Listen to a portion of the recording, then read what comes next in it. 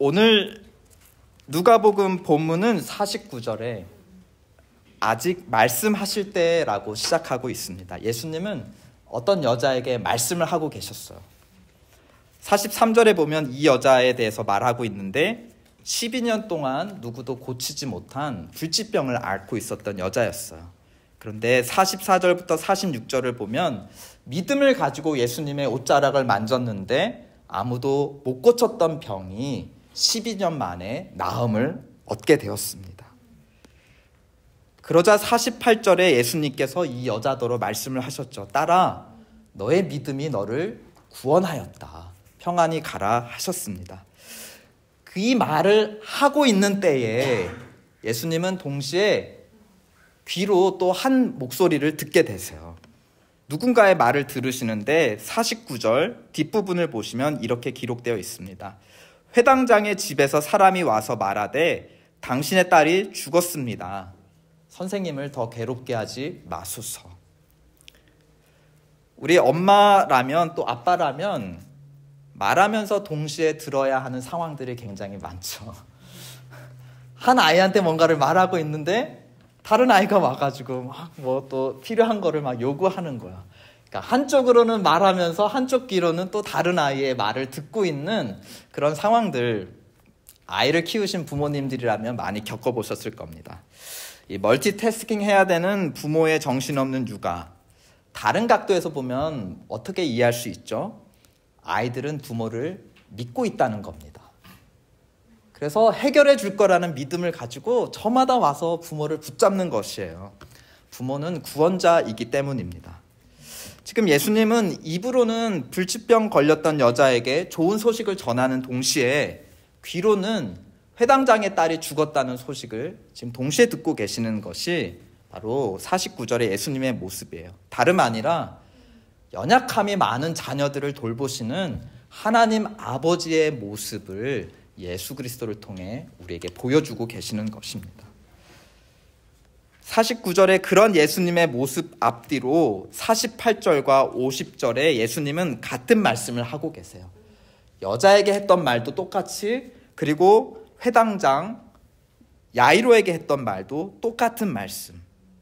우리를 돌보시는 아버지의 목소리를 48절, 50절에 들려주고 계십니다. 무엇이죠?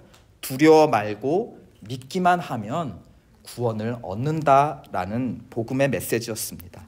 그러므로 여러분도 한번 두려워 말고 믿어보십시오. 부모를 붙잡고 늘어지는 아이처럼, 귀가 떨어질 만큼 부모를 불러대는 아이들처럼 하나님을 붙잡고 믿고 불러보시기를 축원드립니다. 이제 예수님은 어떻게 보면 한 아이의 어려움을 해결해 주시고 이제 또 새로운 또 문제를 해결해 주시려고 야이로의 집으로 가셨습니다. 야이로는 회당장이라고 하고 있죠. 회당은 당시 유대인들이 모였던 우리 교회 같은 기관이었고, 회당장은 대표 지도자였습니다. 42절에 따르면 이 회당장의 이름은 야이로였고 그에게는 12살 외동딸이 있었는데 그만 병들어 죽게 된 것이었습니다. 저의 첫째 딸이 이제 10살인데요. 제가 만약 이런 소식을 들었다면 저는 그 자리에서 다리에 힘이 풀려 주저앉고 아마 기절했을지도 모를 것입니다. 지금까지 내가 예수님을 모시고 우리 아이를 살리려고 갔는데 그 소식을 듣자마자 예수님은 이제 신경 쓸 겨를이 없었을 거예요. 내 몸도 간수하지 못하고 그냥 널브러졌을 것 같습니다. 그런데 51절을 보면 그 집에 이르렀다 하였어요. 무슨 말입니까? 예수님께서 그 집에 이르렀다. 이 야이로는 어떻게 했다는 거죠? 예수님을 모시고 자기 집까지 그대로 계속 갔다라는 것입니다. 무슨 의미예요? 예수님의 50절의 약속에 비추어 이해하면 이 예수님이라면 이미 죽은 자기의 딸이랄지언정 반드시 일으키실 거라는 믿음을 가지고 있었다. 그렇게 야이로는 예수님을 놓아드리지 않고 붙잡고 끝까지 자기 집으로 모시고 갔다라는 것입니다. 이 짧은 구절에 우리는 야이로의 믿음을 볼 수가 있는 것이에요. 이런 상황에서 이러한 믿음은 어쩌면 야이로 안에 있었던 자기의 것이 아니었을지도 몰라요. 우리가 이런 소식을 듣고 주저앉을 수밖에 없는 상황에서도 끝까지 예수님을 붙잡을 수 있는 믿음이라면 어쩌면 이것은 우리 자신의 믿음이 아니라 위에서 우리에게 내려주신 것이 아닐까 싶습니다. 여러분은 이런 경험이 있으신가요? 정말 내가 기절하고 모든 것을 놓을 수밖에 없는 상황임에도 이상하게 나에게 믿음이 있어서 그것을 붙잡고 그 믿음을 따라가면서 승리하셨던 그런 경험 말입니다. 그 믿음은 바로 나의 것이 아니라 하나님의 것. 그러므로 우리가 믿음으로 구원을 받는다 하셨다면 그 믿음마저 하나님의 주신 선물이라면 우리는 그 믿음조차 자랑할 수 없겠죠. 오직 하나님만 자랑할 수 있을 것입니다. 오직 하나님만 자랑하십시오. 51절에 야이로의 집에 도착하신 주님은 5명만 선택해서 죽은 소녀가 누워있는 방에 들어가자 허락하십니다. 5명은 누구였는가? 12 제자들 중에 대표로 베드로, 요한, 야고보 3명이었습니다. 또 죽은 여자아이의 부모 2명, 이렇게 해서 5명만 데리고 들어가십니다. 그 시신이 누인 방으로 가는 그 길에서 52절에 보면 모든 사람이 아이를 위하여 울며 통곡했다 했어요. 당시 장례식장에서 돈 받고 아이고 울어주는 전문가들, 전문 그 통곡러들이 있었습니다. 이 수십 년간 이들은 장례식 다니면서 그냥 계속 울어주는 사람들이었고 죽은 사람과 산 사람을 분명하게 구분할 수 있는 전문가들이었어요. 그들의 눈에 아이는 죽은 게 분명했고 그렇게 이들은 울어주고 있었습니다. 그런데 그런 전문가들을 향해 52절 예수님은 이렇게 말씀하셨어요. 울지 말라, 죽은 것이 아니라 잔다. 이들은 그런 예수님을 향해 53절에 비웃음을 선사해 주었습니다.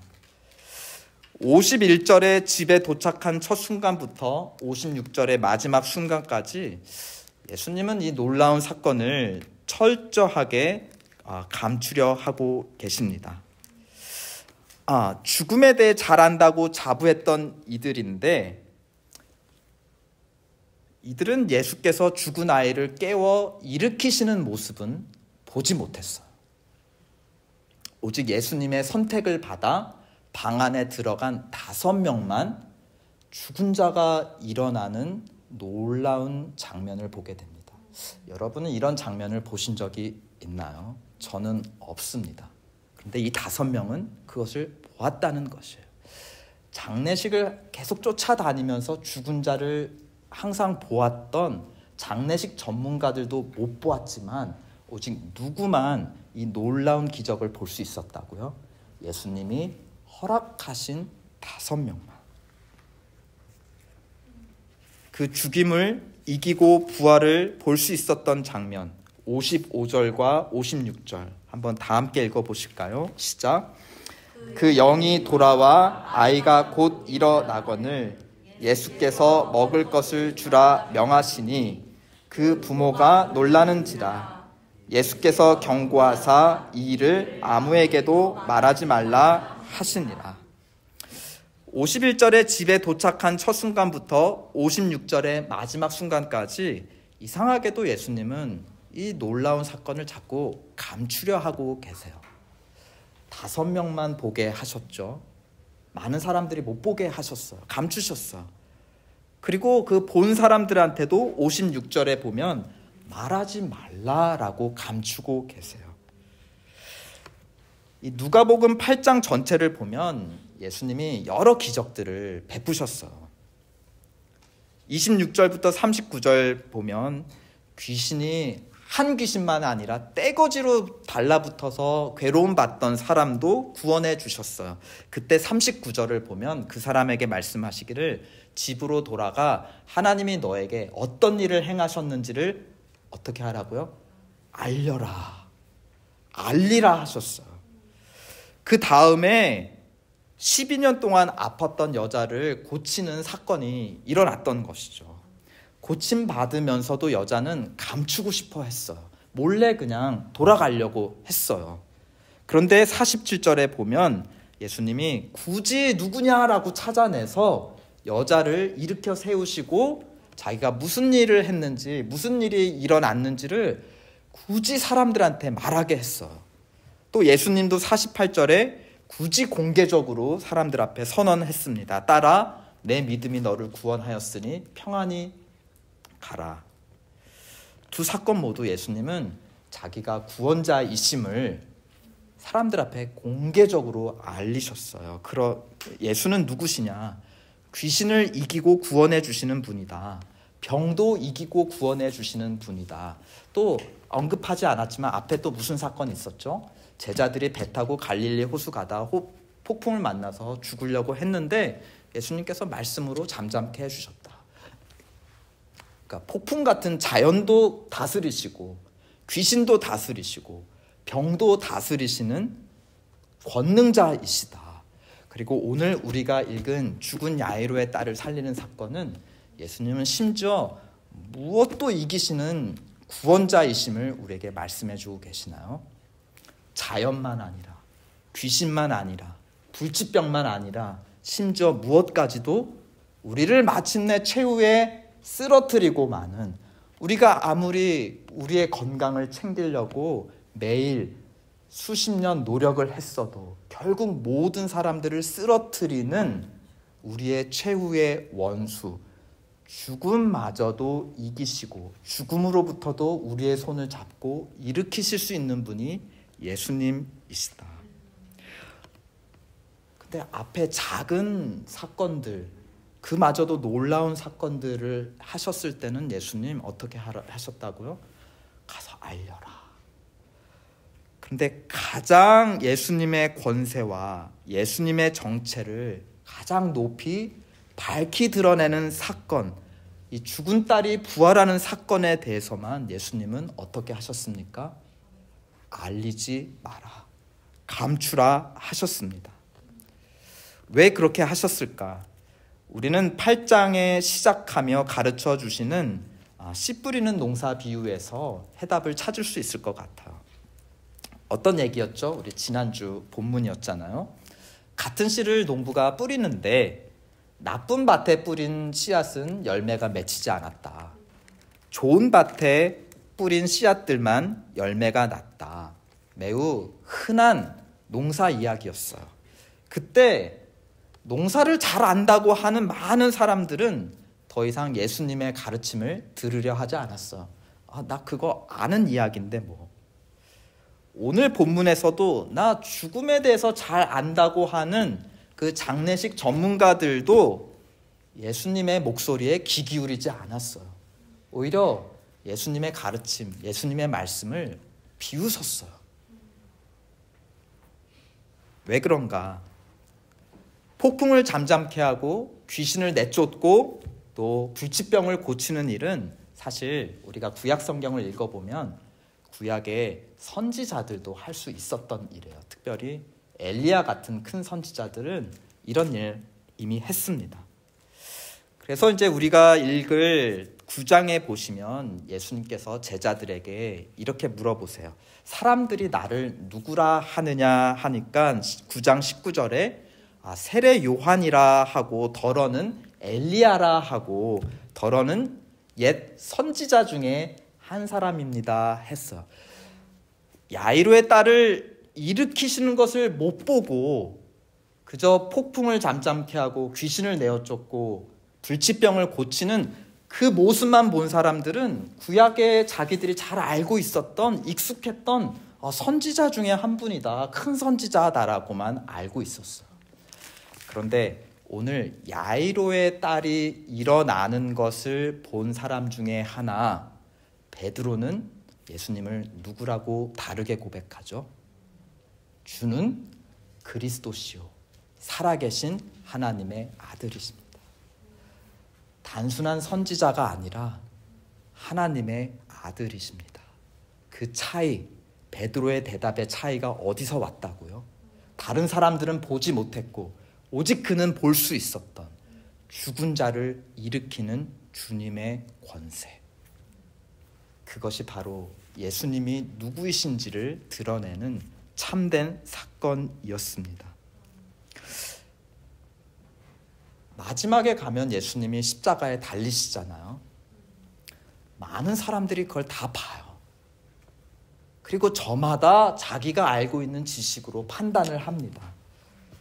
아이고, 선지자 노릇하고 그렇게 설치고 다니더니 하나님의 선지자가 아니라 하나님으로부터 저주받아 나무에 달렸구만.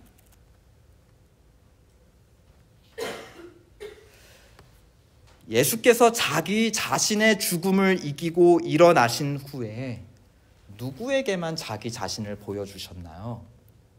많은 사람들에게 보이지 않으시고 마치 오늘 야이로의 딸에 5명만 초대하셨던 것처럼 자기가 선택하신 제자들에게만 부활을 보여주셨습니다. 오늘 소녀의 부활을 본 제자들이 예수의 부활도 보게 된 것이었어요.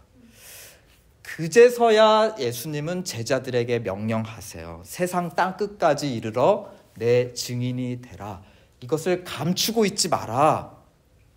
세상 끝까지 가서 모든 사람에게 다 말해라. 내가 다시 올 때까지 끝까지 말해라. 오늘 야이로의 딸이 일어났을 때는 감추셨다가 본인 자신이 일어나셨을 때는 감추지 말고 말해라 라고 명령하셨습니다. 우리 뉴스를 보다 보면 속보, 브레이킹 뉴스가 뜨죠. 그때 어떤 일이 일어납니까? 아무리 중요한 뉴스를 하고 있더라도 그냥 그 자리에서 중단하고 브레이킹 뉴스부터 아나운서들이 전합니다. 참 제자가 알려야 할 진정한 브레이킹 뉴스는 야이로의 딸이 일어난 것이 아니었어요. 누가 일어난 것이었습니까? 예수 그리스도 자신이 일어나신 거야말로 브레이킹 뉴스였다는 것입니다. 그러므로 참 제자들은 누굽니까? 나 폭풍 같은 어려움을 극복했어. 나 마음에 큰 병을 얻었다가 고침받았어. 나 불치병 걸렸다가 예수님 믿고 나음 받았어. 거기에 머무르는 자가 아닙니다. 그거는 많은 사람들이 다 경험했던 것이에요. 예수님의 참제자는 예수 그리스도와 함께 완전히 죽고 예수 그리스도와 함께 완전히 새롭게 거듭나는 경험까지 나아간 자. 그 사람이 예수님의 참제자입니다. 참제자는 누구입니까? 죽은 자 앞에서 애통하기만 하는 자는 아니에요. 모든 사람들이 죽은 자 앞에서 다 애통해요. 예수님의 제자들은 그것을 넘어서 예수님과 함께 손 내밀어 죽은 자에게 외치는 자입니다. 소녀야 일어나라. 참 제자는 십자가 앞에서 자기 죄를 계속 애통하기만 하는 자가 아닙니다. 참 제자는 빈 무덤 앞에 이르러 예수님이 진실로 부활하셨구나 놀라고 기뻐하는 마음을 가지고 그 소식을 사람들에게 알리는 자, 거기까지 나아가는 자가 참 제자입니다. 오늘 예배에 우리 그레이스정 선교사님 함께 하셨습니다. 우리 예배 후에 선교사님의 또 간증과 그동안의 사역과 앞으로의 계획을 들을 예정입니다. 저는 확신하건대 다름 아니라 부활의 주님께서 자신을 일으키신 이야기, 또 자신을 통해 죽은 것 같은 자들을 일으키신 이야기를 우리에게 전해주시리라 확신합니다. 우리는 예수 그리스도를 모시고 울고 있는 자신을 지나쳐 죽은 것 같은 자신에게까지 나아갑시다. 그리고 손 내밀어 예수의 이름으로 자기에게 외칩시다. 소녀야 일어나라. 또 울고 있는 사람들을 지나쳐 죽은 것 같은 사람들에게까지 우리는 나아갑시다. 그리고 그들에게도 손 내밀어 오직 예수의 이름으로 외칩시다. 소녀야, 일어나라. 아멘.